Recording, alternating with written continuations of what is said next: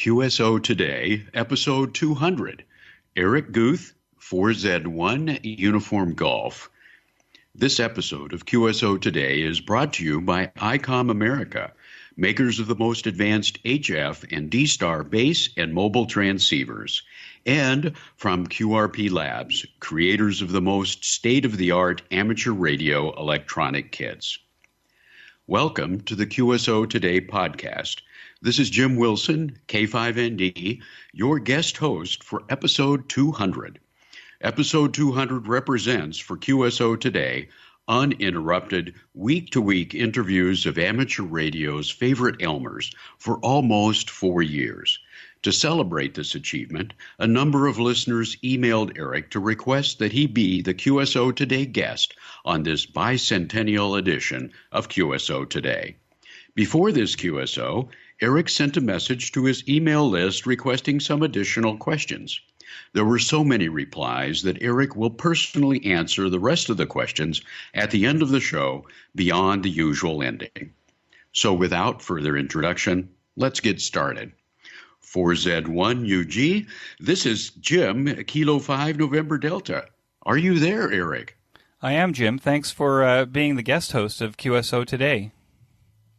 Well, that's great. Eric, thanks for joining me on the QSO Today podcast.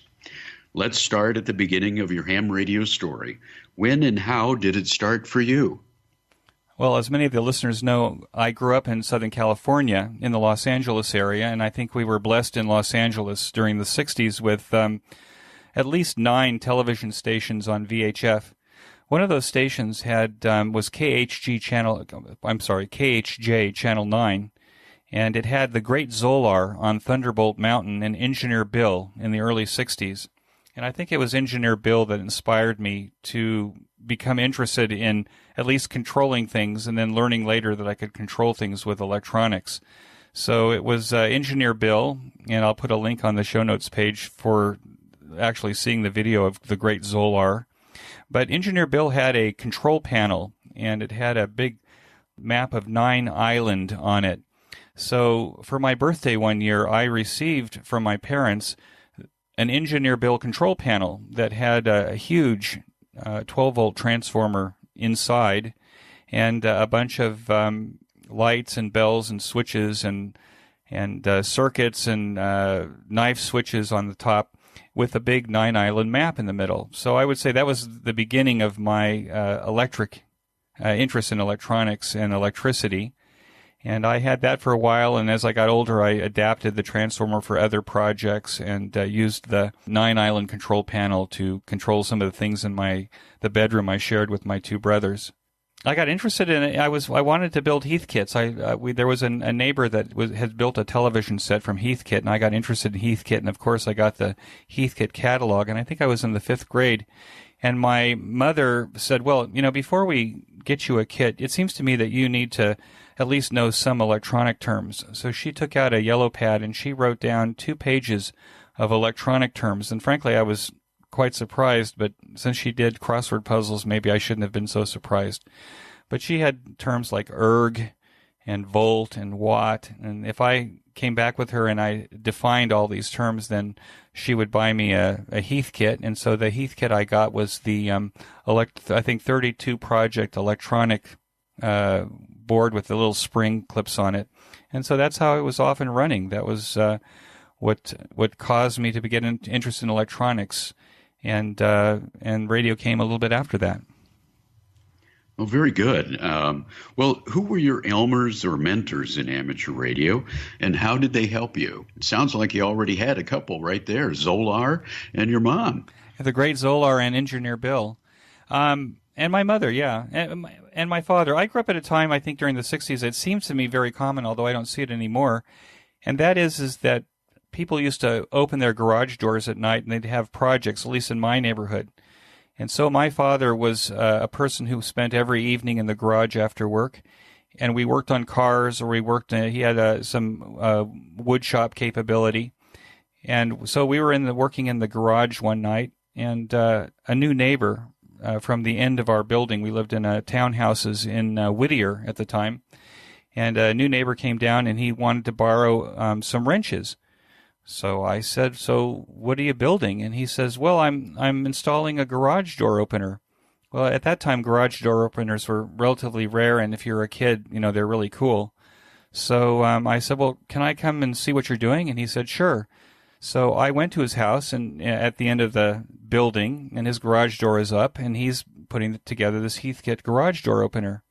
But I noticed that he's got this car, and on the back of this car, I think it was a Cougar, 1969 Cougar, he's got a 40-meter loading coil. Now, I didn't know what that was at the time, but there was a Tempo 1 transceiver in it. And so my very first Elmer was a guy named Gary Parks, Case 6 Uniform India Mike. And Gary got me into ham radio because I was so taken by it. And then he would take the Tempo 1 inside, and he had a 4B TV on the roof of the house, and he would work the world, and I was hooked.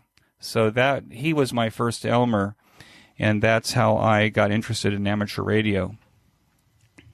Well, that's fantastic. Yes, here in Texas, we do a little bit of that as well, and still with the garages open and projects going on.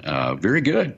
So when did you get your first license? How old were you when that happened? So I guess what happened was I got bitten by the radio bug, and I think I was just 16. In fact, I found my novice license in the drawer here, so I have my original novice license. I was just 16 years of age. This would be 1973, and I got my novice license. I was living, at that time we'd moved, and I was living down in La Mesa, California, in the San Diego area, and I had joined the El Cajon Amateur Radio Club, WA6BGS. And I got my first license there in the club. I had a few great mentors. I got to know my friend Wayne Burdick, who at the time was WA6HQH. He's now N6KR. And we did our first field day together. I was a novice at that time, and he had his advanced. And that's kind of how it started. So I guess I was 16 years old in 1973 when I got my first license, and that was a call sign WN6VHV, which frankly for CW is a terrible call. It would be challenging in those contests and et cetera. So very good. Well, when you were sending that call sign, do you remember your first rig? Oh yes, I bought from somebody in the club. I bought a used Heathkit HW16, so it was already assembled, and I had the HW16. And somebody gave me the dubious job of being the curator of the novice crystal bank in San Diego. So somebody had delivered to me a whole box full of crystals for novices for 80, 40, and 15 meters. So I had these, and I would send crystals when people would recommend them. But I had a bunch of transmitting crystals, and then the HW16 had a VFO. So I used that until I upgraded to general a year later. And by that time we'd moved again, and I was up in Newport Beach, and I learned the Morse code, or at least I advanced my Morse code speed up to 13 words a minute by using Amico code records. So I was using my HW16 on the air and Amico code records. And by the time we got to Newport Beach, I think I probably wasn't using the HW16 anymore because I was in a new neighborhood that had codes, covenants, and regulations. And so therefore external antennas were not permitted. Oh my goodness! Well, it's interesting to see the so many parallels with my own journey in amateur radio. Particularly, remember that Amico record. So, how did amateur radio affect your decisions regarding education and your career? Well, I was intoxicated with amateur radio, so much so that I think I started to worry as I got older that it was an obsession. And of course, my parents were worried that it was an obsession. But I spent those years as a high schooler in Newport Beach. Every Saturday night was Orange County Transmitter Hunt night, and I would go out with with my friend's father, WB6FAT, Milton Ronnie.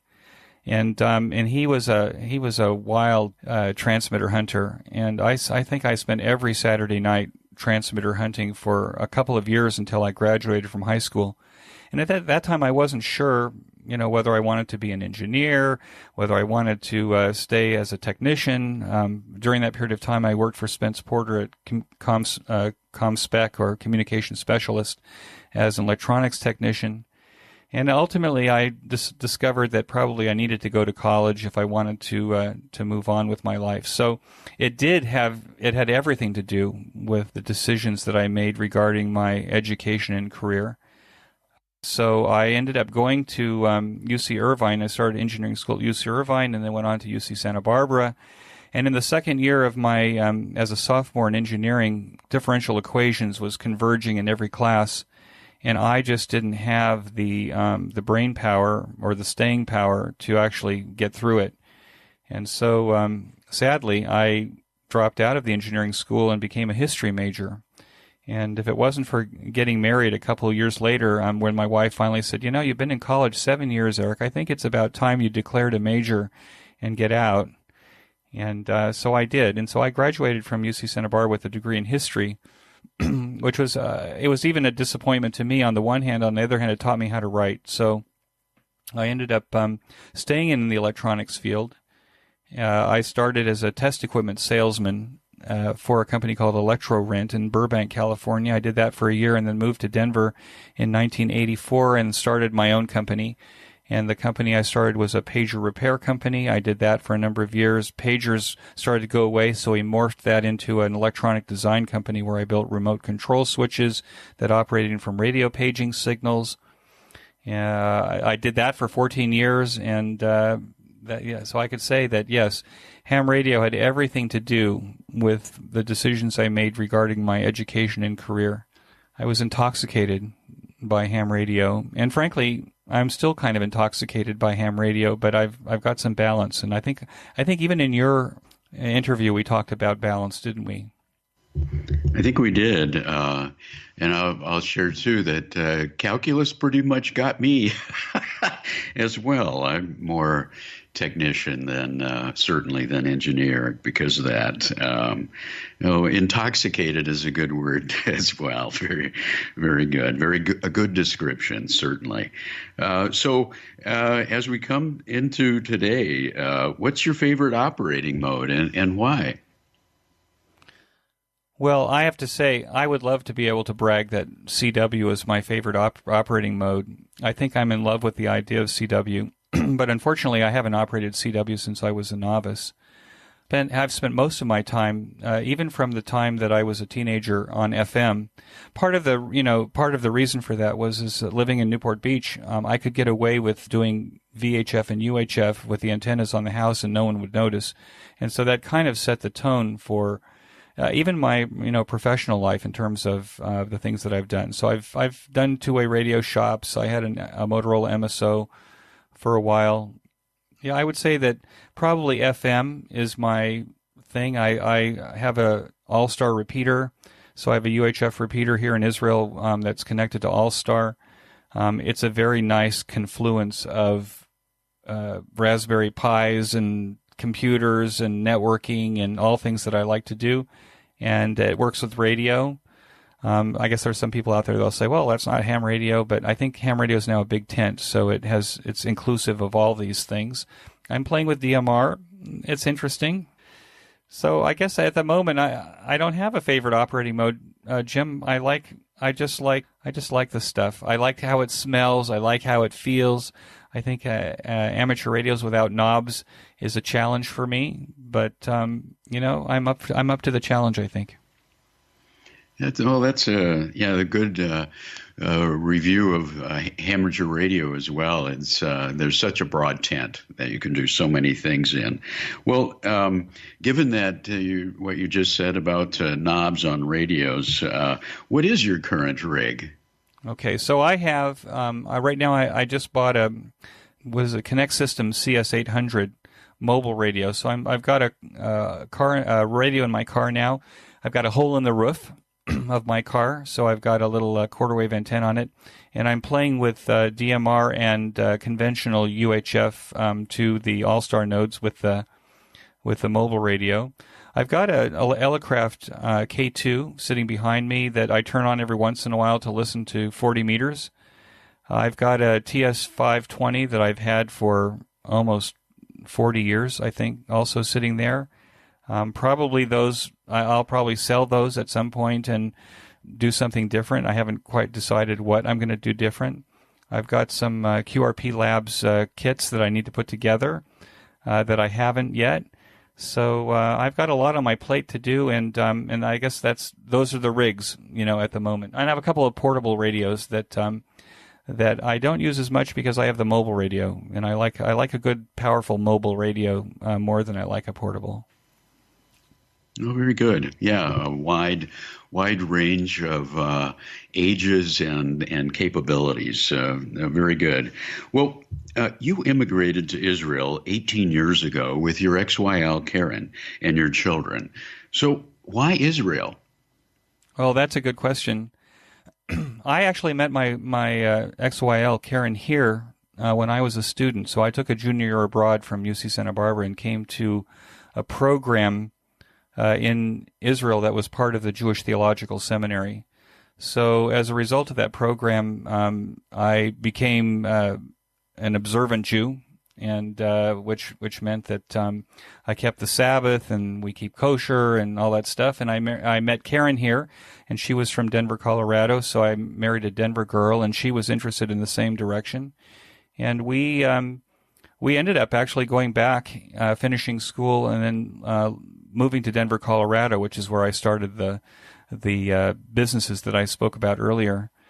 I left the business and I decided to change careers in 1998 and went to work for a cable television company.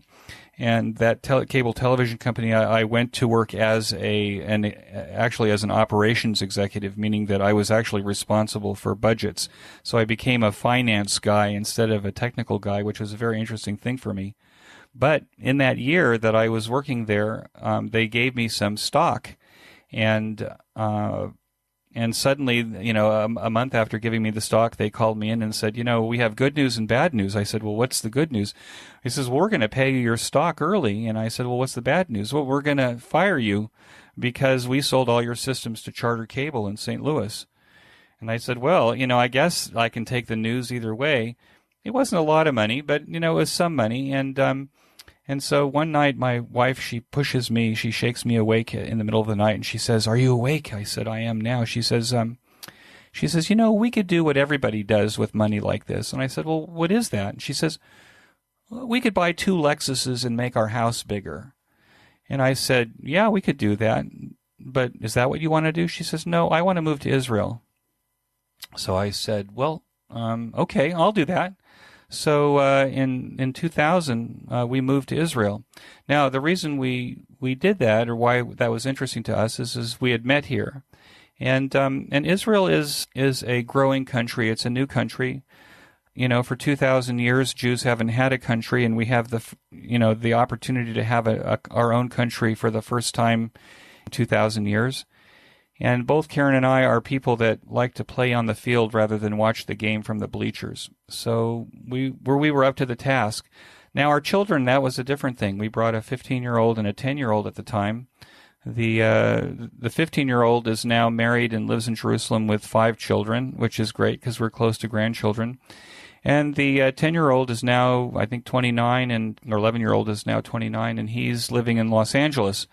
So, and he has this love-hate relationship with being here.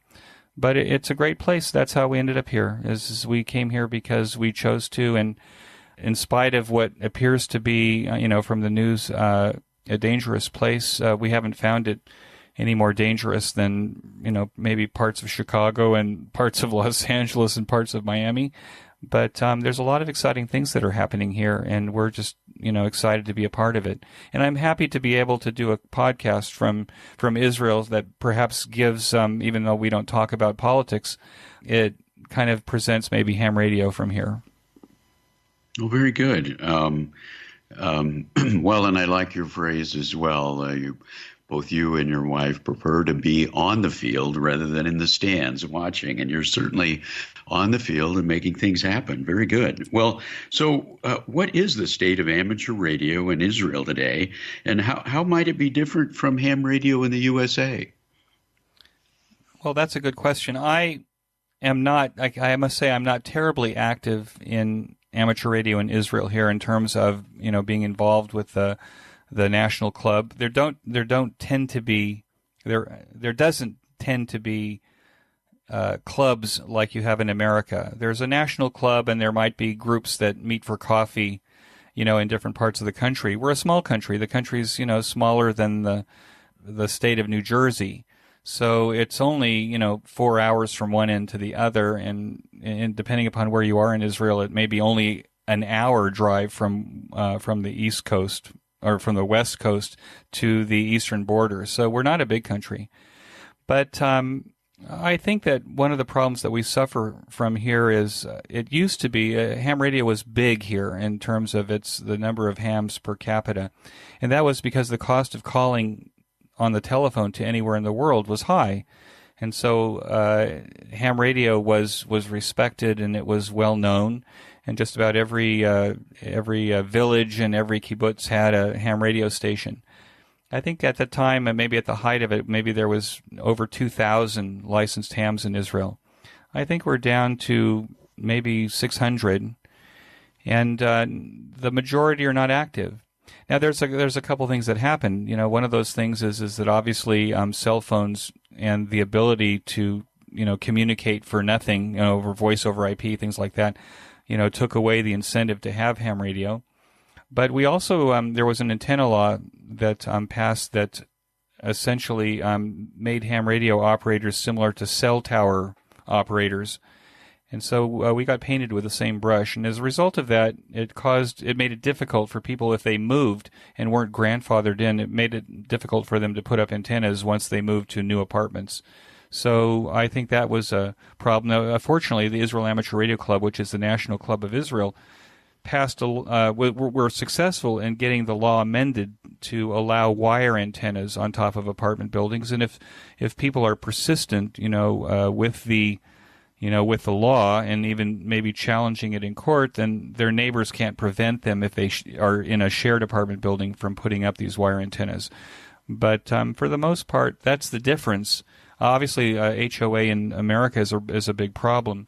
But the other thing here that I've noticed, I'm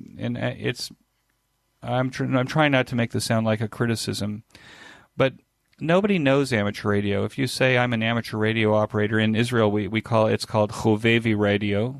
People, old timers would know chovevi radio or amateur radio, but nowadays nobody knows about it. And I think the fact that we don't advertise, we don't reach out to non-hams in a big way, we don't educate the public. As a result of that, we have no support when it comes to putting antennas on our roofs or getting people to understand that those big antennas, even if we're operating QRP, it does not represent some kind of physical threat to them based on electromagnetic radiation. And then there's all kinds of issues with people trying to understand electromagnetic radiation. So I would say that unlike the United States, that has a growing ham radio population for a number of reasons, natural disasters, all kinds of other things, in Israel we're dwindling, and unless we can figure out a way to turn around the public perception of amateur radio, I think that our numbers will just get smaller. And now this message from ICOM America. Now that Dayton is behind us, the next big event is Field Day on the weekend of June 23rd and 24th. Take your ICOM gear into the field with your club or as a lone contester. The new ICOM IC7610 is a direct sampling SDR software-defined radio with high-performance RMDR that has the ability to pick out the faintest signals even in the presence of other rigs in your field day site. This is the perfect rig to take out with a club. Its dual independent receiver design and dual digicell makes this rig even more fun when you're teamed up with one of your field day partners. The compact and state-of-the-art ICOM 7300 is the perfect field day companion and is ideal for the ham on the go. With its RF direct sampling receiver with 15 bandpass filters, a large 4.3-inch color touchscreen, and a real-time spectrum scope, allows even the beginner ham to know what's happening in the band to find even more field day contacts. The ICOM 7300 feature set and value are way ahead of other amateur rigs in its price class. For the amateur radio operator that wants it all, the best ICOM all-around rig is the ICOM IC9100 HF, VHF, and UHF transceiver capable of all modes in all bands including RTTY, D-Star, digital voice, satellite, and even moon bounce. ICOM's years of radio experience is reflected in this top-of-the-line amateur transceiver. The ICOM IC9100 has independent dual receivers, digital IF filters, satellite mode where the rig compensates for Doppler shift as the satellite flies overhead, and built-in antenna tuner. The ICOM 9100 can be connected by USB cable to your computer to operate digital modes or even remote control. George Thomas has a great video demonstrating the features of the IC9100 and the value of this amazing rig on his Amateur Logic TV channel. I'll put a link to that next to the ad in this week's show notes. So as the contest season begins, be ready with your ICOM station today. And when you make that purchase, be sure to tell them that you heard it here on QSO Today. And now back to our QSO. Well, that's very good. You remind me that one of the things that I talk to people about for Jamboree on the Air is that we're introducing young people to amateur radio. We're planting seeds. It's not that we expect them to go get licenses, although that would be nice, but at least they know what it is. You've shared a good story of people just don't know what it is there, and so it's alien, if you will. Very good. Well, thank you for briefing us. That's the problem is that we have the most exciting hobby, right now. Now there's no better time to be a ham radio operator in the world today, especially since we are interconnected, using the internet, not just with our networks, whether we're talking DMR, All-Star, or IRLP, or Echolink, but we're interconnected in the way that we share information. And as a result of that, there's no better time to be a ham, on the one hand. On the other hand, it's not in our schools. Teachers don't know about it. Even science teachers don't know about it. We need to make that effort, and I'm talking even in the United States, but we need to make that effort here in Israel so that we can bring some awareness. And right now, that awareness isn't happening. I'm complaining without being part of the solution. I admit that. I just don't have the time to be part of the solution. I'm hoping that the QSO Today podcast will help in some way, someplace else perhaps. But we need a QSO Today podcast, or we need a Workbench podcast in Hebrew. We need a ham radio podcast that people will listen to in the native language of Israel, which is Hebrew and not English. Okay. Well, we are celebrating 200 weekly episodes of the QSO Today podcast. What inspired you to start QSO Today? Well, I'm a big podcast listener. Somebody sent me a message, what do you listen to? Boy, I listen to everything. I use a Stitcher podcast manager, which I think I've mentioned before. At the end of every episode, I say, and I still use Stitcher to listen to podcasts. Stitcher keeps track of the number of hours that I've listened to podcasts, and I have over 4,000 hours of podcast listening on my Stitcher podcast manager since 2012. So I love podcasts. I grew up listening to talk radio in Los Angeles, and so I just love talk.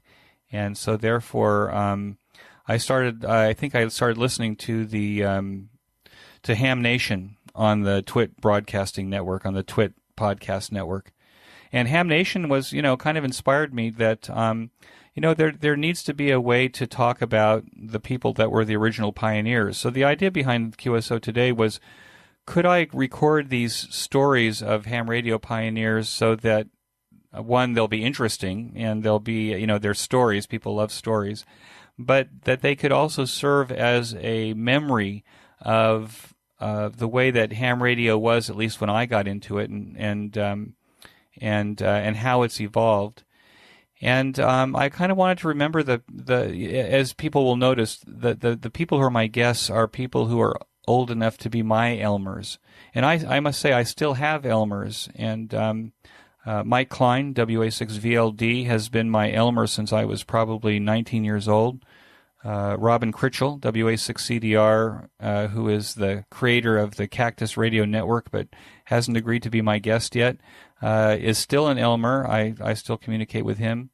There was a ham in Southern California, Leroy Sparks, W6SYC, who used to hang out on 14694, if people remember back that far.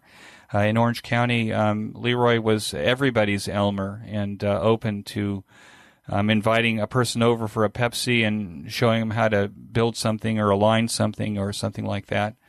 And so the QSO Today podcast was a way to bring memories of the Elmers that I had, and it's been terrific. What can I tell you? It's been terrific for me. I've gotten more out of it maybe than my listeners, but I've had such a wild time with it. Oh, very good. And given that, then, what is your biggest challenge to create a weekly podcast for radio for radio amateurs? Well, you know what? The biggest challenge for creating any podcast is doing the work. And each episode of the QSO Today podcast takes about 12 hours a week. So that's, the management, it's also a business. I mean, I must be honest, it has expenses, and thankfully the listeners have been big supporters of the podcast. So they've helped me defray the costs of hosting and all the other things that I'm doing, with the podcast. But the biggest challenge really is getting guests. Getting guests is the challenge, because I must send out tens of invitations, and maybe half finally get answered if I am persistent and keep pinging the same person with the invitations. That's okay. It goes with it, but I would say that it's the time and getting the guests is the biggest challenge. Okay. Well, given that, have there been any moments of concern about continuing the show?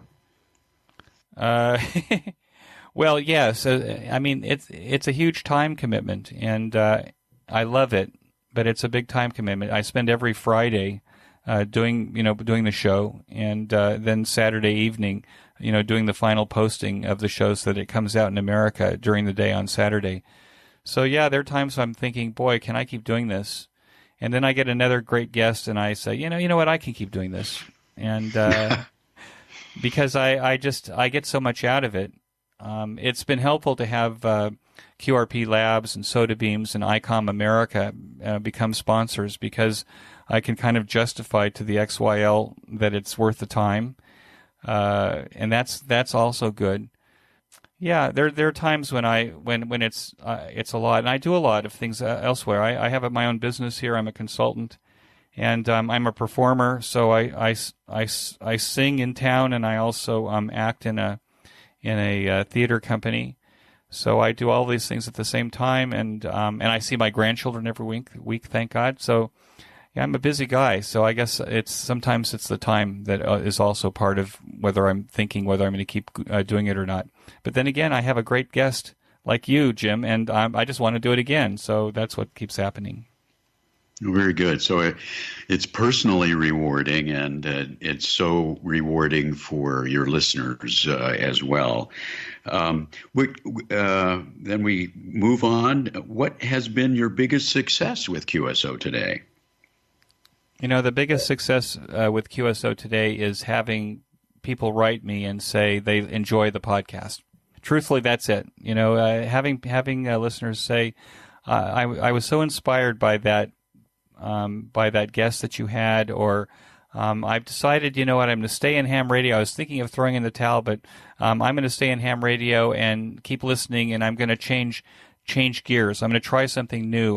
That sounds like your guest is talking about FT8 or talking about DMR, or he's talking about CW, QRP. We've had a lot of QRP operators and builders on the QSO Today podcast, and I've had QRO operators say, I'm going to try QRP. That sounds like a real challenge, especially with the solar cycle, at the bottom. So, I think that's the biggest success is listener feedback. No, very good. Yeah, and you emphasize again what I've viewed over the years. Amateur radio is so broad in all the different aspects that you can get involved in. One gets a little bit boring, you pick up something else, and the fire starts all over again. Well, you mentioned earlier that one of the challenges is finding guests and getting those guests to respond. But so, how do you choose your guests? Okay, so I go through the amateur radio magazines and I look for blogs and I look for YouTube postings from amateurs. And what I'm interested in is hams who share, who are passionate about the hobby, who feel they want to share it with the rest of us. So I'll look at people who contribute articles to the ham radio magazines, both in the United States and elsewhere. I look for people that have a lot of years in. So for those people that send me suggestions that I might want to interview kids or people who've just started in the hobby, at the moment there are other people doing that. So I'm trying to get the story, the long story. So I'm looking for usually people who were my Elmers first. So they got their ham radio licenses in the 40s, 50s, 60s, 70s, or they're my contemporaries, but they've been really active and they've done a lot of stuff. There have been some exceptions, but for the most part, that's kind of the formula that I'm after. But I'm after based on a listener survey that I did last year, the majority of the QSO Today listeners are over 50 years of age. The majority have been licensed over 30 years. So my guests are talking to their contemporaries. And I think that's what makes the QSO Today podcast different. At some point, maybe I'll start a topical podcast or continue to support my friends who are doing other podcasts. I love the Ham Radio 360 Workbench podcast. So what George and Jeremy are doing over there, I highly support, and I'm one of their biggest fans. So I think there's a lot of opportunity to create podcasts on subjects. We're a big tent. And I think, at least at this point, I'm really narrowly focusing on the kinds of guests that I need, at least for now, and maybe that'll change later. Well, that's very good. You remind me, that's what I've enjoyed on the podcast as well. I listened to guys, Dave Sumner was one example that comes to mind, and I think, well, my gosh, he followed a similar journey. I remember that rig, or I remember that moment. So it's been successful. And you touched on my next question here on who listens to QSO Today. You mentioned over 50 years of age, often 30 or more years in ham radio. Other characteristics of your listeners? Interestingly enough, the majority of them are extra class licensees. So that's an interesting observation. No, I think that pretty much speaks of, we're speaking to ourselves. I'm 61 years old. I've been in ham radio for 45 years now, I think. And I'm interviewing my Elmers and contemporaries, and the people who are listening are like me. We're listening to, maybe because we like the nostalgia, the old idea that my novice rig, I had a tri-band inverted V using K6QXN coils. Now, I haven't seen K6QXN for 45 years, and I maybe only saw him the day that he sold me the coils, the loading coils for this antenna. But I still remember it, and it brings back pleasant memories. So I'm hoping that I'm bringing back pleasant memories to listeners of the QSO Today podcast. Well, that's certainly what I've experienced. Bringing him back and going, reminding me, we dive down a little bit deeper into the podcast. What makes, from your perspective, what makes for a perfect podcast interview? The perfect podcast interview is where I have a guest that likes to tell the story, because I think we all love stories. When I tell my grandchildren stories, or my wife tells them stories, they're captivated.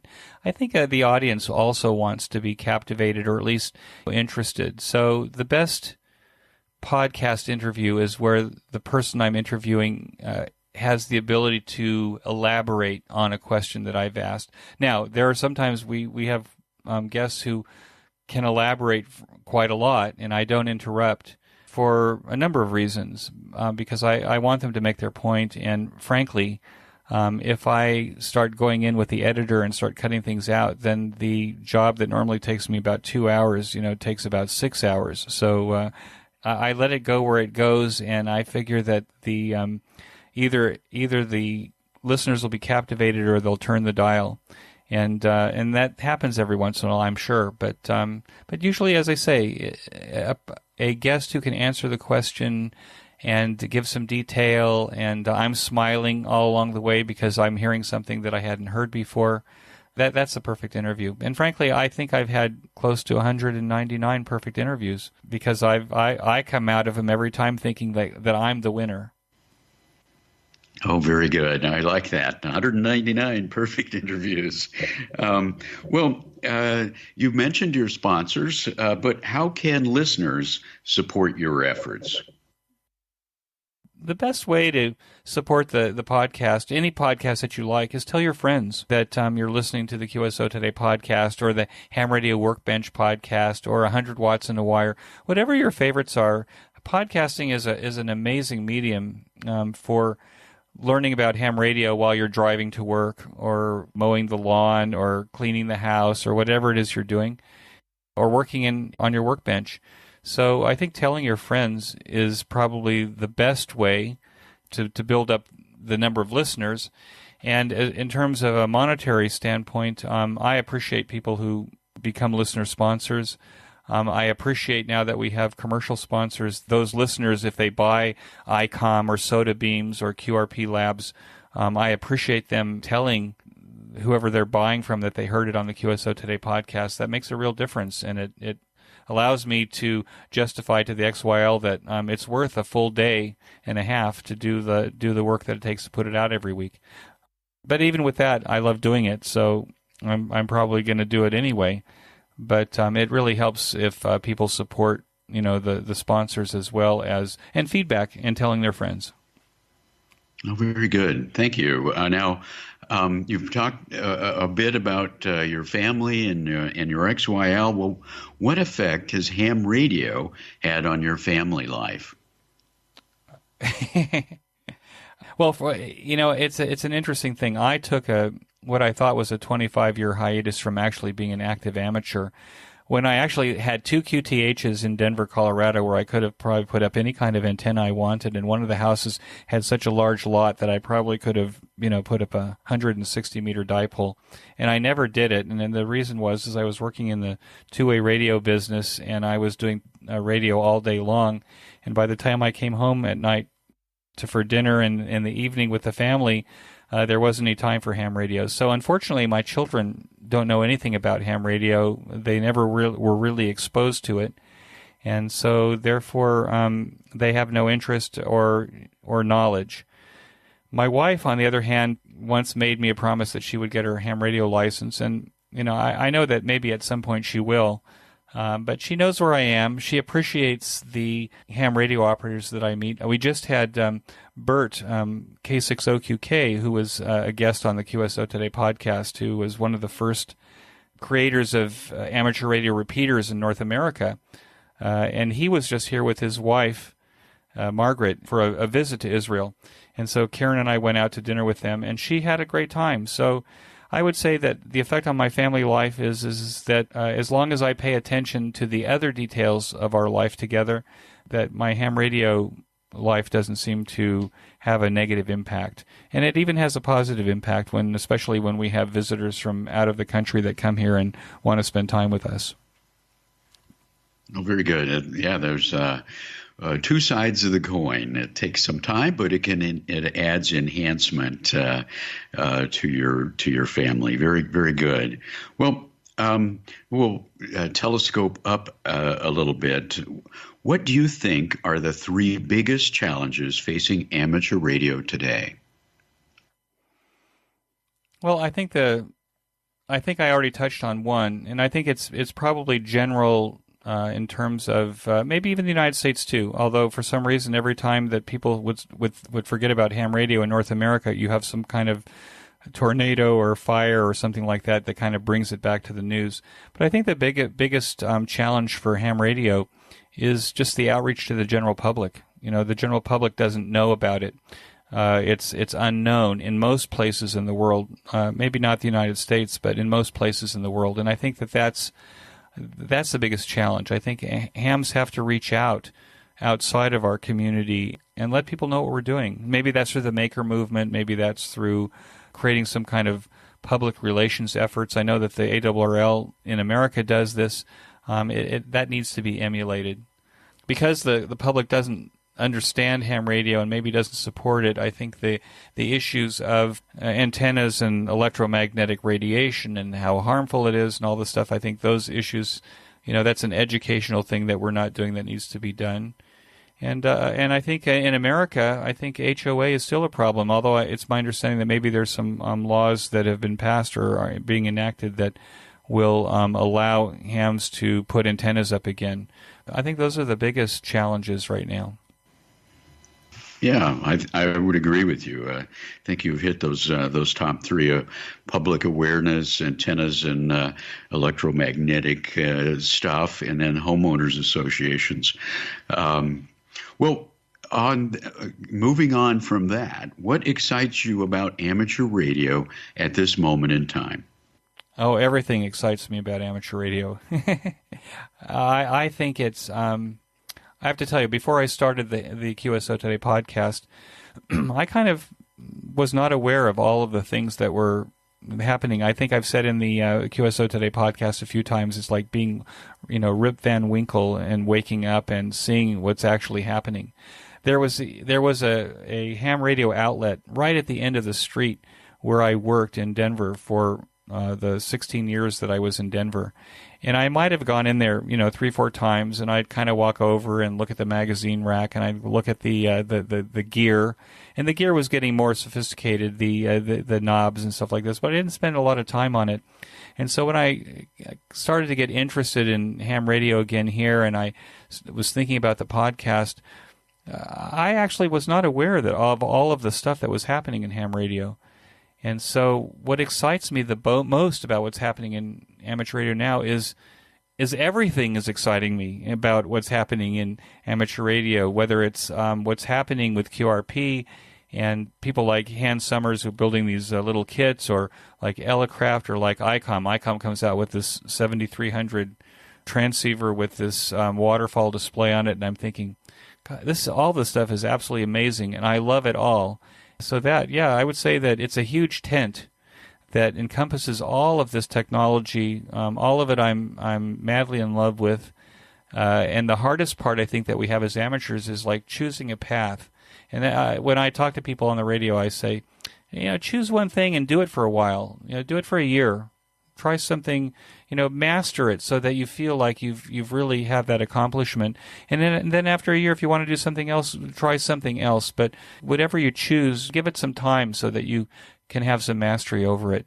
But the problem we have, I think, is that the tent is so huge, and it's like being a kid in the candy store. You don't know which candy bar to take first. Very good. I agree with you. There's so much going on. Satellites, for example, have captured my attention over the past couple of years. Fantastic things that we can do. What are you doing with satellites, Jim? Mostly just doing some operating, chasing grids.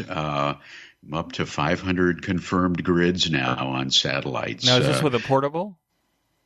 I'm doing that as well.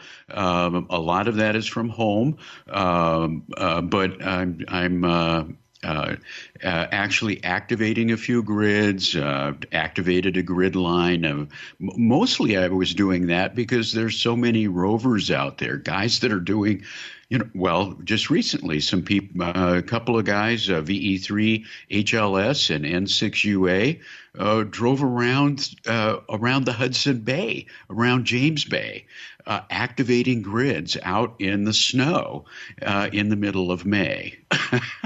And so I'm doing a bit of that to pay back, if you will, those who are activating grids that I can't get to or don't have the time to. But just one example of something that you start to look at and go, oh my gosh, and your hair catches on fire and you go off and chase that for a while, and then you find something different.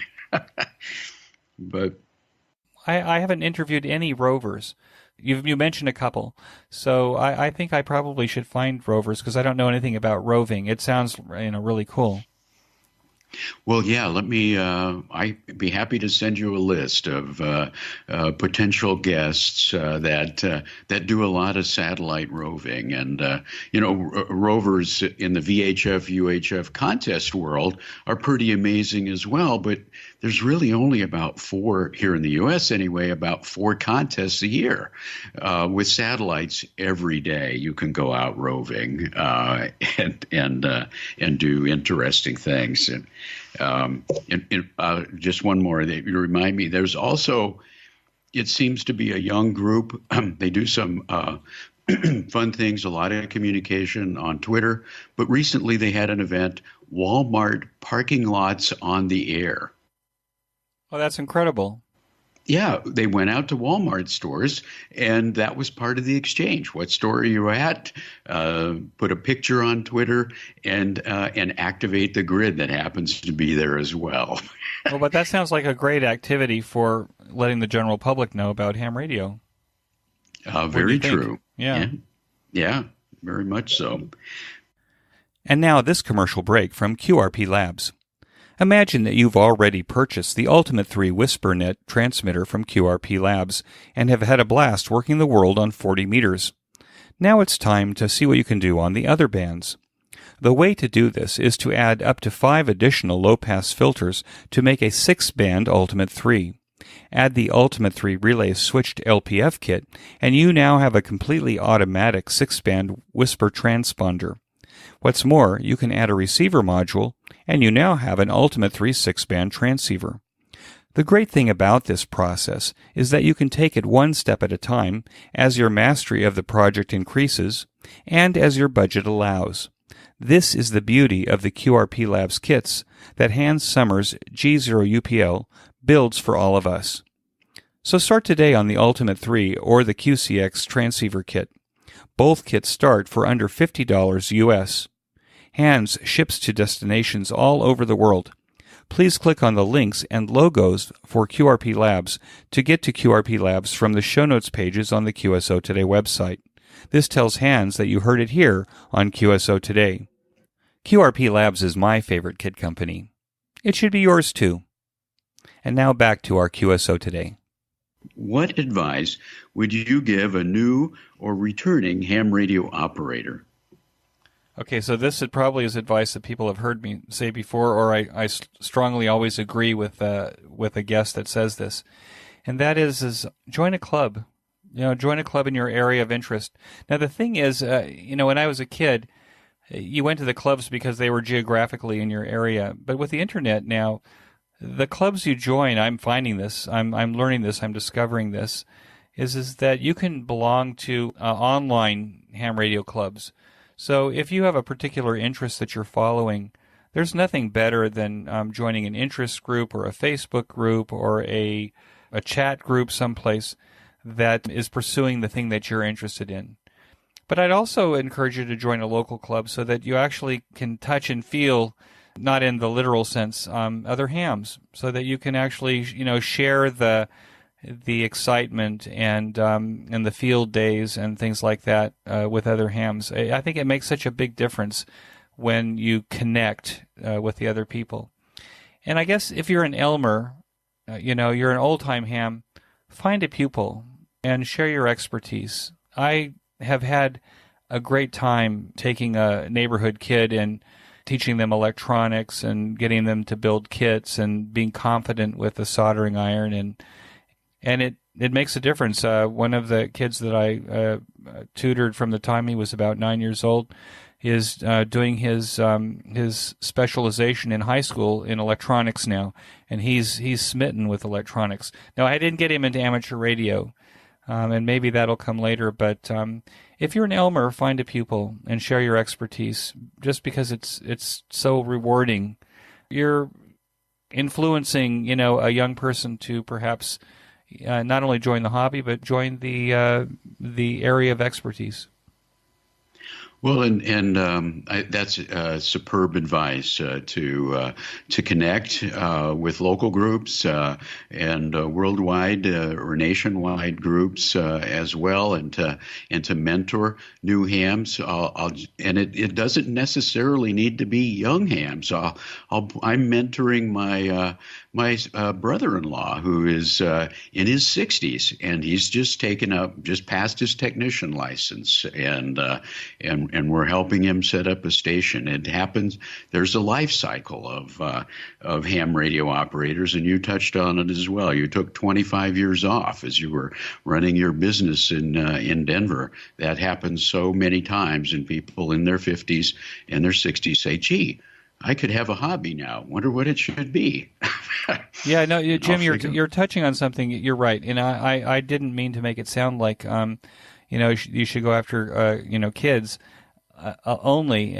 There are so many, as you say, there are so many people. I think the majority of hams that are entering ham radio in the United States are 30 years of age and older, and they need help. They need somebody to show them how to put a PL259 connector on the end of coax, or to hang up an antenna, or how to build something, just because it's so simple. It's funny. I just had a conversation with a ham on DMR coming home tonight.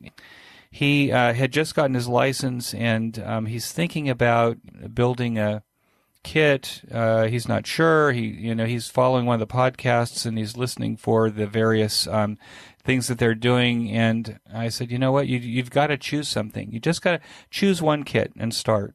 You got to do it, because you can sit there and wait, and unless somebody comes in and puts their arm around you and says, "Let's do something. Let's build one thing to get you started." And that's all it takes usually. And I think so. I don't want it to sound like you only go after the youngsters. It's all of these people who are getting into ham radio, even into their 70s and 80s. They'll appreciate an Elmer, a mentor who will help them get off center and get started. And that's exactly the way to state it, to get off center, to add that spark. They're sitting back. They're not sure they want to do this. They take a look at it and wait. And then if you come along, you can add that spark and push them over the hump, if you will, and get them started. So excellent. Well, we've come to the end of our time. Thank you so much for your time, Eric, your insight, and certainly your ongoing efforts to provide interesting and insightful interviews with the leaders in all facets of amateur radio. 4Z1UG, this is K5ND 73, and we'll look for you down the log. Yeah, Jim, thank you so much for agreeing to guest host this episode 200 of the QSO Today Podcast.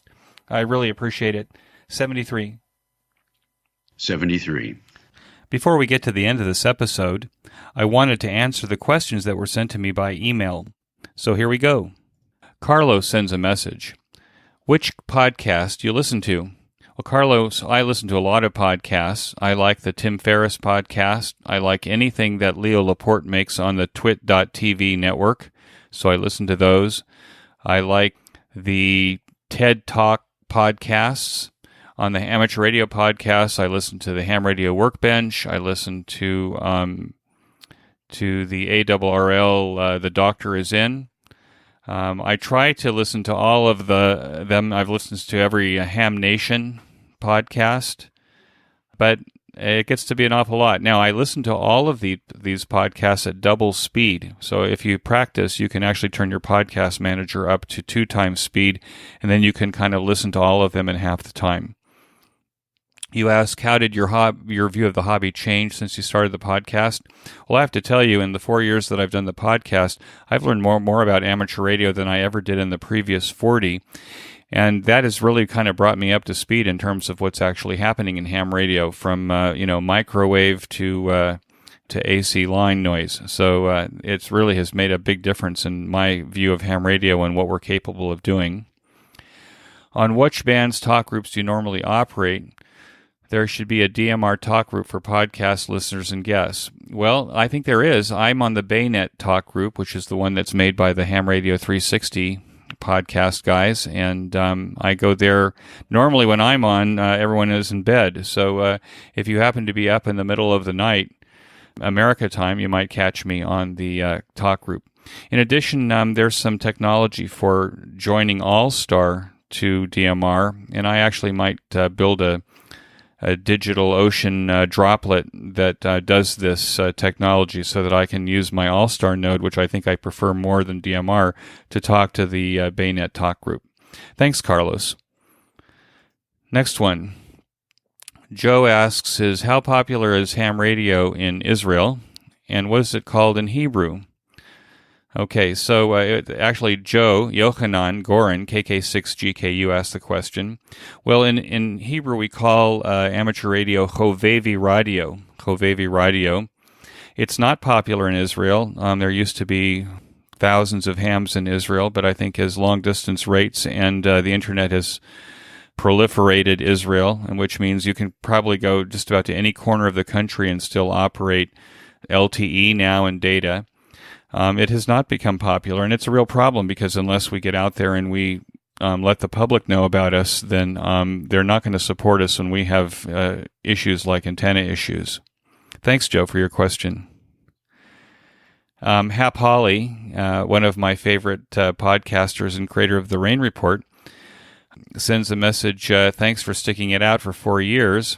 His question is, when you started the QSO Today podcast, were you concerned that you might receive some flack from Ted Randall, who is already running a shortwave radio show called QSO, or QSO?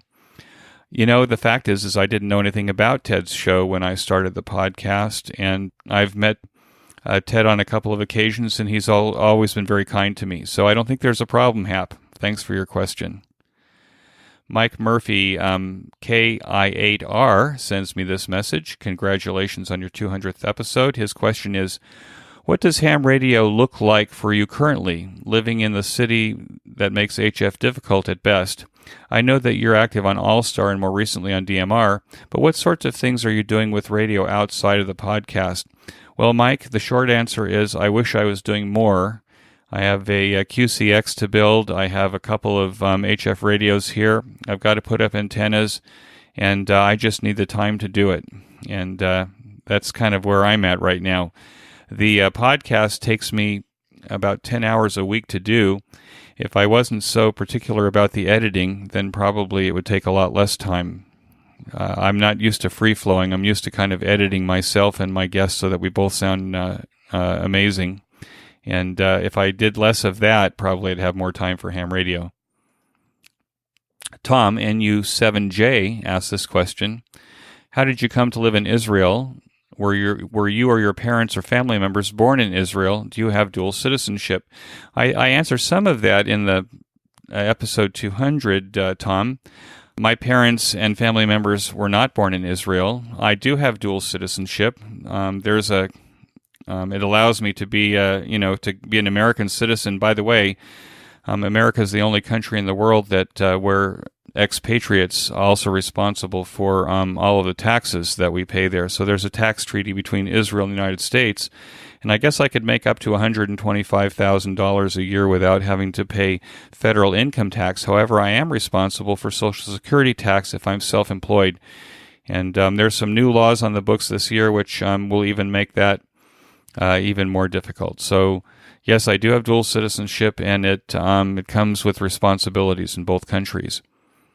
It says, please tell me how ham radio in Israel and the health, popularity, and demographics of the hobby in Israel. I think I answered that already. I think we could be in better health, Tom. I think, sadly, unless we start making an effort to the public about who we are and what we do, we probably will go the way of the dinosaur. Does the USA and Israel have a reciprocal agreement? Yes, we're part of SEPT, so you can come here and visit, and you can bring your ham radio, and you can operate 4X/ your call sign, and you won't have any difficulty. I've always carried radios back and forth with me in my carry-on luggage over a 40-year period, and I've never had a problem. Is it difficult for a visiting ham from the USA or other countries to obtain a 4X operating license? Well, I'm not sure why you'd want to unless you moved here, Tom, but if you moved here, you'd be more than welcome to get it. The way it works here is because we have licensing from the United States, those licenses are honored here. So if you moved here, if you made what we call making aliyah to Israel, then you certainly could get a 4X or 4Z license based on your license and your operating privileges. Let me see. John, KF6EFG asks, I'd like to know if your impressions and contrasts that you observe between Israel's Eurocentric and U.S. views on ham radio. I think I've answered that, John, to the most part. I don't think Israel is Eurocentric other than they go to Friedrichshafen, but I'm not an expert on that. What are the different attitudes and regulations that had to be negotiated? Here is a league like... Oh, okay. So the question is we do have a national radio club like the ARRL. It's called the Israel Amateur Radio Club. It has an interface to the communications ministry in Israel, and they take care of, believe it or not, the Israel Amateur Radio Club actually has a volunteer inside the communications ministry that handles the paperwork for amateur radio. Amateur radio is not a high priority, unfortunately, in Israel, and so therefore the national club actually has to supply a body to the communications ministry to get stuff done. Yehuda 4X1TQ, who was a guest of mine in a very early podcast, he says, regarding Israel ham radio operators, how many are there? I think a couple of thousand. There used to be a couple of thousand. I think now we're down to about 700-800. With Israel being a melting pot, could you estimate the percentage of native-born, Soviet, U.S.-born, and others? I couldn't estimate that. Although we took on 1 million Russians in the 90s, and many of them were ham radio operators. Not 1 million, but I'm sure there's probably a couple of hundred Russian ham radio operators who live in Israel now. How have U.S.-born hams impacted the local radio scene? Well, Yehuda, as you know, we kind of brought All-Star and DMR to Israel, and DMR seems to be picking up. There's at last count, a few hundred hams who've kind of come out of the woodwork and have gotten DMR ID numbers. So that's kind of cool. But I think U.S.-born hams are the kind of guys. We're the kind of guys who like to break the rules, and so therefore we kind of push the system to do things it may or may not want to do. On the one hand, on the other hand, it keeps the things fresh. So I think that's what's happening here with regard to that. Thanks for your question. VK6OP Mark writes that he's listened to the episode with Amnon Bar-Giora, 4X1DF 20 to 30 times over the years. Wow, Mark, that's really cool. Oh, so Mark is interested in the stories of hams that have moved here. You know what, Mark, I don't know whether there's a lot of us that have moved here. There actually may be more in the woodwork than we know about. I will be happy to bring you more stories of hams that have come to Israel or that are in Israel. I mean, all of us have an interesting story to some degree because we're immigrants, and immigrant stories tend to be interesting. Anyway, thanks, Mark, for your question. Okay, so Bill, KF5PQ, sends me this question. He says, where is your home located in relationship to Jerusalem, and do you feel safe with the increased tension due to the U.S. recognizing Jerusalem as Israel's capital and locating our embassy there? Well, that's a good question, Bill. I live in a city called Efrat. It is in the West Bank of Israel, as it is known internationally. I cross a border crossing to get to my house from Jerusalem. I consider, as all of the residents of Efrat consider Efrat and Gush Etzion, where I live, to be part of Israel. In any final settlement, if there is one, it will be part of Israel. I always feel safe. I lock my front door because I grew up in California where that was what we did, at least in the 80s.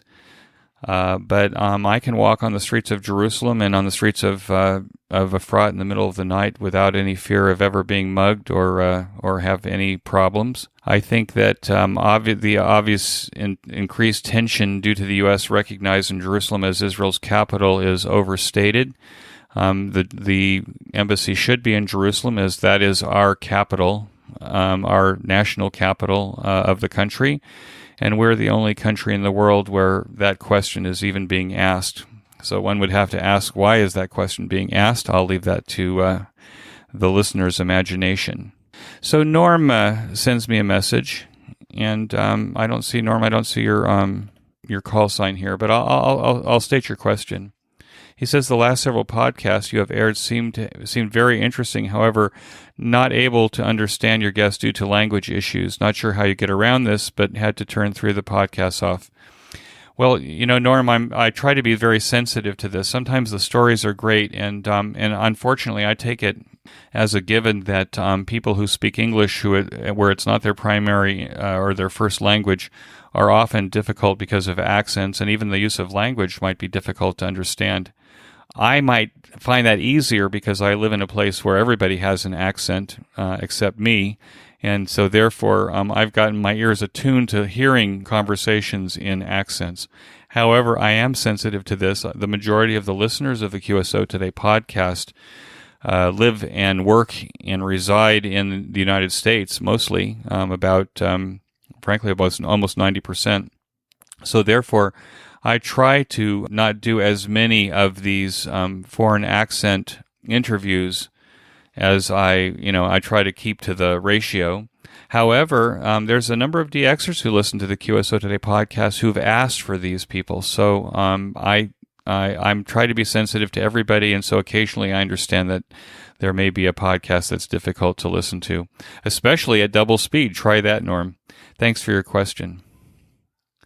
Ron, KF7ZN, has a few questions. He says, did you always want to do this? And as a kid, did you want to be on TV or radio, or be a newscaster, or was this something that arose later in your life? I'll answer each question, Ron, as you ask them. No, the fact is, Ron, I never wanted to be on TV or radio or be a newscaster. However, I was hooked to talk radio from the very beginning. And I was a big listener to radio from the time I was old enough to turn one on. So I'm used to listening to this kind of stuff. To be a TV or radio or a newscaster, I was always behind the scenes. I was always, as a high school kid, we had a television studio in the school, and I was always in the tech room. That's kind of changed for me over the past number of years.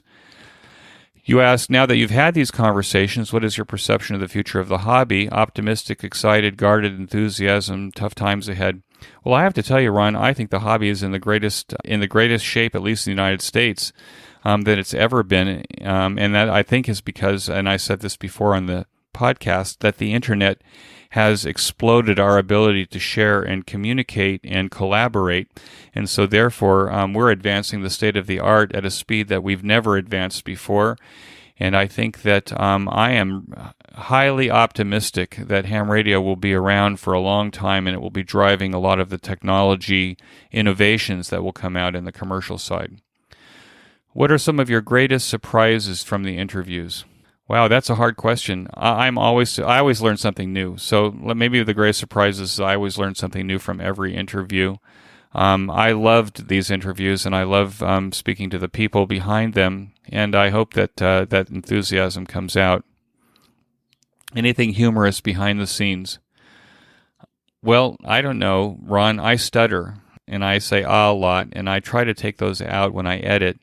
Right now I seem to be on a roll, so I'm not stuttering as much, and I sing more now, and that has kind of helped with the stuttering, so I don't stutter when I sing. How did you meet your wife, and how did you end up in Israel? I met my wife on the plane to Israel 38 years ago. We came as students, and she sat next to me on an El Al airliner in the very back row of a 747. And I figure if I could sit next to anybody for 18 hours, then maybe I should marry them. The truth is, we were on the same program for a year, and we met. We became engaged here in Israel, and we married the following year. We ended up in Israel. I explained that in episode 200. Are you active in any clubs, and do you have a role, or are you just a member? I started the Jerusalem Amateur Radio Society, but unfortunately it doesn't meet very often, and I guess my role is I'm just an agitator. If you could do one thing in ham radio, what would it be? You know what? I would be doing QRPCW from the park. That's what I would be doing right now. Thanks, Ron, for your question. Okay, so Phil, KD2HTN, and sends this message to me. How did you get interested in radio and electronics, and eventually what led you to ham radio? At what age? Well, I was interested in in electronics from the time I was probably 6 or 7. I was an authority by that age, and that I was very hard on all my friends and family. I answer the rest of this question in the episode. What are my operation preferences? High power, QRP, CW, SSB, AM satellite, portable. Well, sadly, Phil, my operation preferences are just to operate. So right now I operate on FM and DMR through All-Star and DMR. I frankly would be on QRP. I think that's more challenging, and it causes less problems with the neighbors. Do you roll your own, breadboarding, experimenting, building kits, or prefer to buy ready-made? You know, that's an interesting question. When it comes to FM and stuff, I like commercial gear like Motorola, and right now I've been playing with Tate radios to kind of adapt them for the amateur radio service. I also like building kits. I have an Elecraft K2 here. I do some breadboarding and experimenting, not enough. I have a very nice test bench with a nice HP8920B service monitor. So I love test equipment too, and I love having the capability and when I have time working on it. What operation or modes do you plan to delve into in the future? You say Digimode, CW, AM, DBS. You know what? I think CW and Digimodes look interesting to me. He's also asked, what careers do you follow? Electronics, ham related? What got you interested, motivated into becoming a ham radio podcast? I've always followed electronics. I've spent some time doing IT. I've spent some time actually doing operations management for a cable television company. I've kind of done a little bit of everything in business, and that's probably why I've never made any money. But I still have had a great time, and it's good to be good in just about everything, but not a master of anything. He says, you grew up in the U.S. and migrated to Israel. What career or religion motivating factors? Do you ever plan to return to the U.S.? I grew up in Southern California. I lived in Denver for 16 years, and I migrated to Israel. That's true. I think I talk about this in episode 200. I'm an Orthodox Jew. Moving here is part of of being here after 2,000 years of not being here. I don't plan to return to the U.S. to live. My family, my grandchildren are here. But I think about it every once in a while only because, I have very deep roots in the United States. Do you have an interest or background in radio broadcasting? No, I have already answered that question. What stations? Any other interests? Meteorology, astronomy, radio astronomy. He goes through all of a very long list here, but that's okay. You know what? I'm interested in everything. I have ADD, so that makes me interested in everything. But right now, when I'm not doing the podcast, I'm not working. I actually am learning to sing Italian opera, and I am part of a theater company in Jerusalem that does English musicals. So as of tonight will be my last night as the Chinese emperor in the Emperor Nightingale scene as part of the Hans Christian Andersen musical that we're doing in town. But I've played Charlie and Annie Get Your Gun, and I've been in a number of different plays and musicals, and that's kind of my new distraction. David Super, who I don't see a call sign here. I'd like to know how you made Aliyah to Israel and how life there differs from the United States. What do you miss from the United States, and what do you prefer in Israel? I've talked about how I made Aliyah in episode 200. Aliyah means going up. In Hebrew, when a Jew moves to Israel, it's going up. What do you miss from the USA? Costco. I think I miss Costco from the USA. What do you prefer in Israel? The food is great here. I like being a part of making history rather than watching it from the sidelines. I think that's, probably the best way to answer your question, David. Timothy K2TF says, what made you move to live in Israel? I answered that question already, Tim. Thanks for asking it. Peter VR2VPH. You must know Peter writes me all the time, and I really appreciate it. Peter writes from Hong Kong. He says, I have a great difficulty getting QSOs from the Middle East, and certainly with Israel, I'm a CW man. Is this mode not popular there? Can you give us an overview of amateur radio in Israel? Peter, I'm not an expert in amateur radio in Israel, but I can tell you that the majority of the old-timers in this country are CW operators, and going no code here was not a popular thing. There's a CW net every Saturday morning. As an Orthodox Jew who observes the Sabbath, I'm never there, but there are a great many hams from Israel on 40-meter CW on Saturday mornings Israel time. I don't think that propagates to Hong Kong very well, but you might check that out and see whether that's something you can hear. Glenn, my guest twice on the QSO Today podcast, KW5GP, my Arduino expert, has sent me a couple of questions. When you're not doing QSA or other ham radio activities, what do you like to do for fun? I've answered that. I sing for fun. What is your favorite aspect of ham radio? Glenn, I love all of it, and if I could do all of it, I would do all of it. What is your personal favorite episode or interview?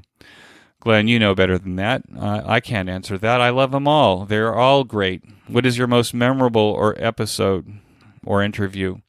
There's one with Blair that I did some time ago, and I've said this. I'll say this publicly.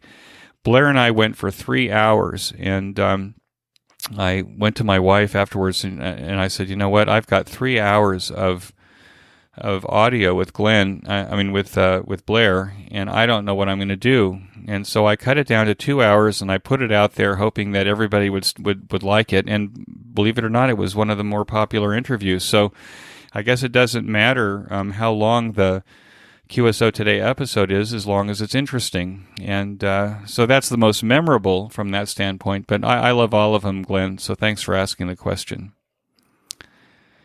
VA1DWG sends me a congratulations on the episode.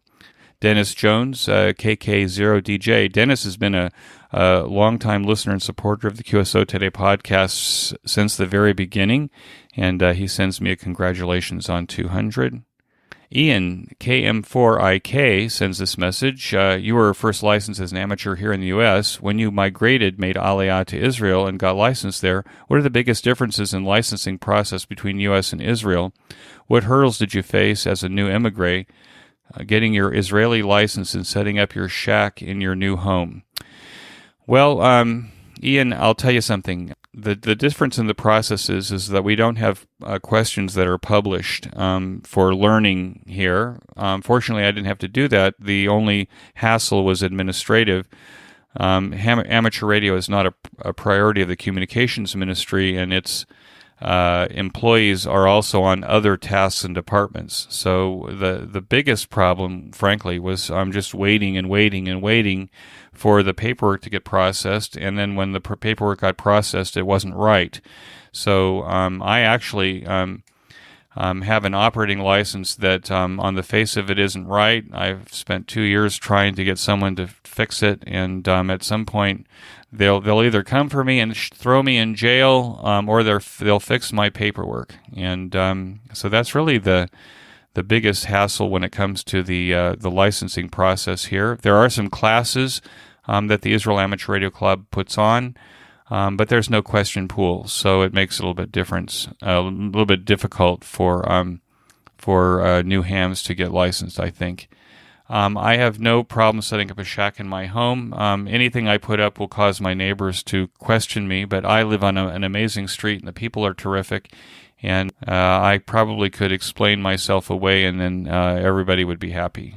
Phil asks, Phil is W1PJE. Phil says, with 200 episodes under your belt, do you see a general pattern in the types of hams you have interviewed? Young tech versus older experienced analog veterans, and does not tell us something about where the hobby is going. Well, Phil, I'll answer all of your questions. You have 3 here. The first one is I choose the guests deliberately who are old-timers, who either were my mentors or my contemporaries.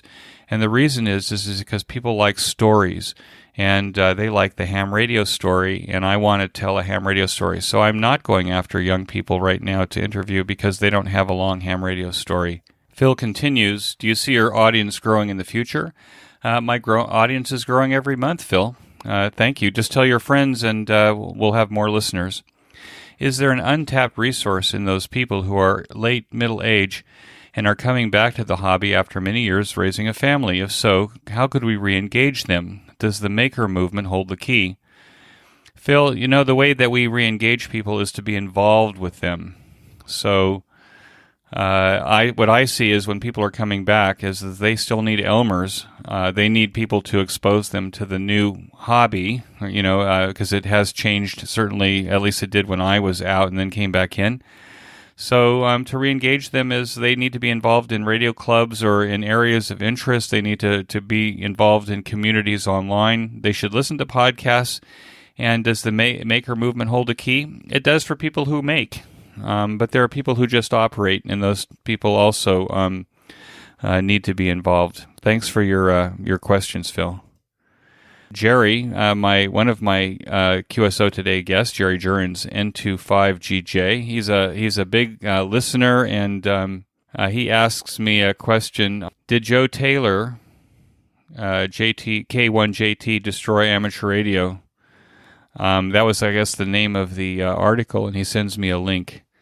Geez, I don't think so. I think, if anything, he's created an opportunity for us to get on the digital modes when the ham bands are yucky due to the sunspot cycle and continue to operate. So I guess it depends upon how you look at it. I think he's probably done more for advancing the state of the art in low signal communications than anyone on the planet. So I think it's great for ham radio. It's great to have Joe as a ham radio operator who keeps advancing the state of the art. What could be better than that? ZS6AKV asked the question was, after you have conducted an interview and packaged it, has it ever dawned on you I should have asked another question? It happens every time. There's always more questions, and unfortunately, I have a limited opportunity, so I have to ask the ones that I asked, and maybe be smarter next time.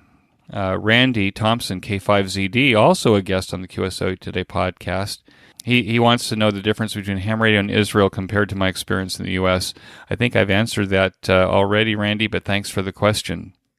I got a really nice letter from Tom Loney, AJ4XM.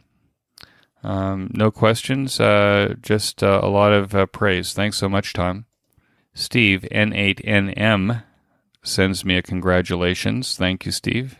Joe, W4JF, asks the following question. What kindled your interest in the idea of podcasting? How did you find out about it? The equipment needed, how to edit, where to upload the edited content, what are the costs per episode to record, edit, produce the final thing? I've always wondered about these questions, and they may or may not be appropriate for the 200th, but I'm going to ask them anyway. Well, I'll tell you, Joe. I got interested in podcasting because I was a podcast listener, and I thought that what was needed was a place to tell ham radio stories, especially since the people I wanted to hear the stories from were getting older and would at some point become silent keys. So that was kind of the idea behind it. But I started as a podcast listener, so I listened to lots of podcasts. According to my podcast manager, Stitcher, on my smartphone, I have over 4,000 hours of podcast listening. I'm probably approaching 5,000 hours now. The equipment needed. I followed the game plan of a number of different podcasters. There's Podcast Answer Man. So you can look up Podcast Answerman, but the equipment that I use is Skype on my PC. I use a Zoom H5 recorder that essentially runs outside of the PC, so it's actually plugged into my PC. I'm using a Audio-Technica ATR 2100 microphone. That microphone has both a USB output and a conventional microphone output. And the reason for that is I use the USB to talk to my guest on Skype, and I use the other output of the microphone to go in directly into my Zoom H5. So, and then the output of Skype comes through a bunch of isolation transformers and stuff to keep out the hum, and that goes into the other channel. So I essentially am mixing a stereo track on, let me see, what am I using here? On Audacity. And I use Audacity to mix down the track to edit the both sides of the conversation, so I can make a sound both brilliant. And then I forward it to a company called Alphonic that takes the stereo track, gets rid of the noise, and turns it into a mono track. And on the mono track, I upload on Libsyn, which is a company that does the podcast distribution. The cost of the podcast is about $150 a month, I would say, in terms of all the hosting and stuff that I do. It's only recently that I actually now have sponsors that are helping to pay for that. But thanks to many of you listeners, I've had some help all along, so I'm not out of pocket a lot when it comes to producing the podcast. The biggest commitment for the podcast is the time, and it takes a lot of time, especially to do the back office. The back office actually is a business, so it has books and bookkeepers and taxes and tax accounts and all that stuff. But in addition, it also has I have to invite guests, I have to follow up on correspondence and all that stuff. So I estimate it takes me about 10 hours a week to do the whole podcast, including the interviews. And then the interviews run in spurts. So I send out bunches of invitations, I get some replies, I schedule those guests, and then I do the interviews with them. And then I have to kind of cut all that down and mix it around so that it comes out to what you hear. So that's kind of the process. There's a number of people. You might look up Pat Flynn. Pat Flynn is a online entrepreneur who has a very nice page on how to get a podcast started, and that's maybe the first place I would start, and that's where I did start. Dr. Ron Millman, K8HSY, was my guest in an earlier QSO Today podcast. His question was what motivated me to move from California, where I grew up. Well, I left California over 30 years ago, and I was following my wife to Denver, Colorado, which is where we lived for 16 years. So that was the reason for leaving California. In terms of amateur radio, what are the major differences between my ham radio experiences in California compared with my experiences in Israel? There was just a lot more hams in California when I was growing up, and they were all engaged in various things, and there was a lot of activities. And I think when you have big numbers, you have big activity, and I think that's the biggest difference. My personal reactions to the capital of Israel being moved from Tel Aviv to Jerusalem. What is my perception of the current president? Look, the capital of Israel is Jerusalem, and the American embassy belongs here. That's my personal belief. Ron goes on. Ron is a very respectful person. So he's there's a lot of qualifiers in here in his message to me about asking me these questions.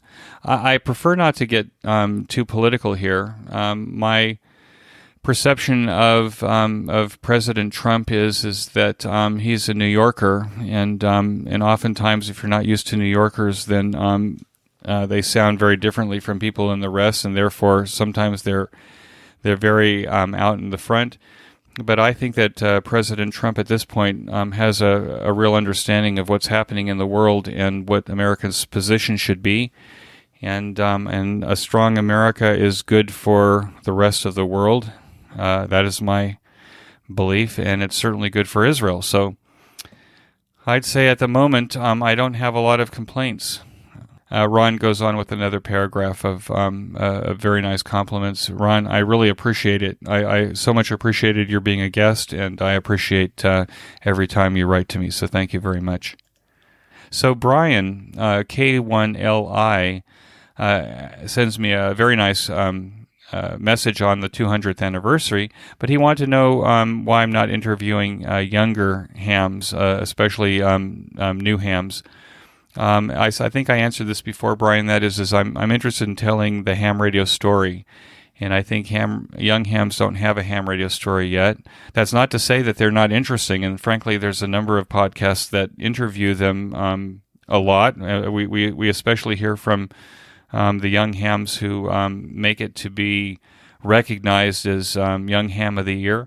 So I think there are other podcasts and venues for that. As much as I enjoy them, and I do enjoy them, I think at this point, the QSO Today is still committed to telling the ham radio stories of the older hams until those older hams are not around.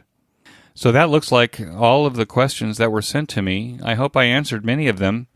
If you send me questions in the future, then I'm happy to answer them either on the Facebook page, or by email, or even on the podcast. So thank you so much for your questions. I appreciate it. And 73.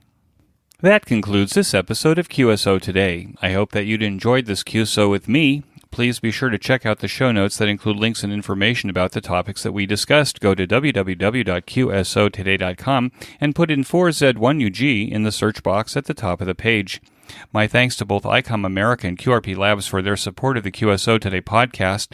Please show your support of these fine sponsors by clicking on their links in the show notes pages, and when you buy stuff from them, tell them you heard it here on QSO Today.